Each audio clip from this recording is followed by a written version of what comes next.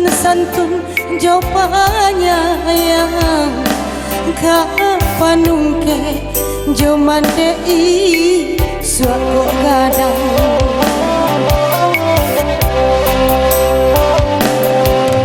baki cuana baki cua mandekan duang barang guikan kasih sedang tak tuntung capek bana janjian tiba lah dijapui dek nan punya anak saruka tongga babeleng buyuang dek mandek kandu jantung hati ko bana nan lah hilang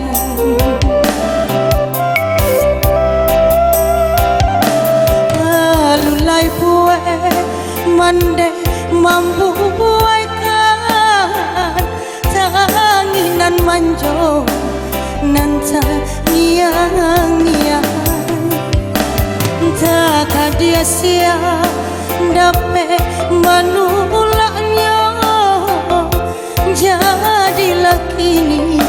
jadi anak saruko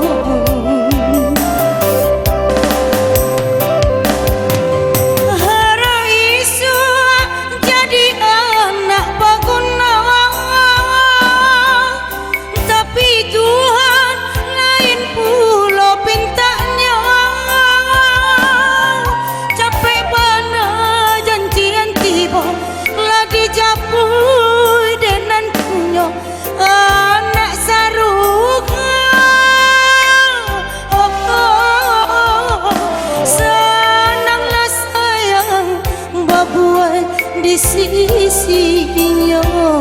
sarwa ayah jomande kasarugo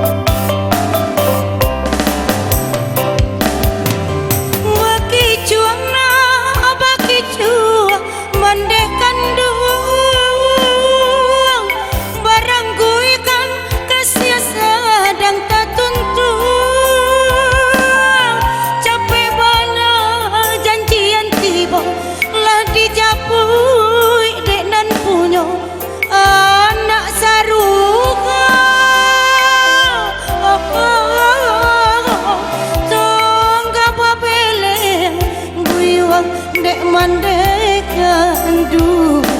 jantung hati ko bana nan lah hilang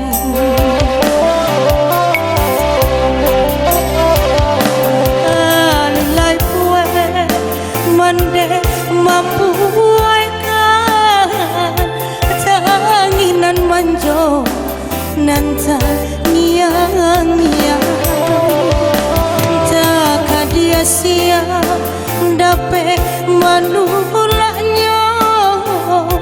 jadilah kini jadi anak saruko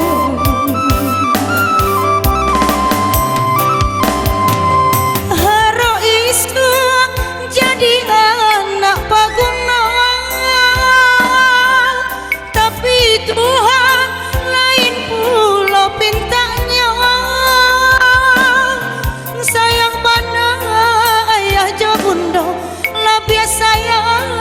Tuhan kironyo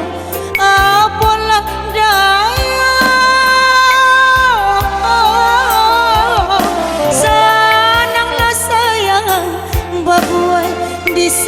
isinya sarua ayah jomande kasarugong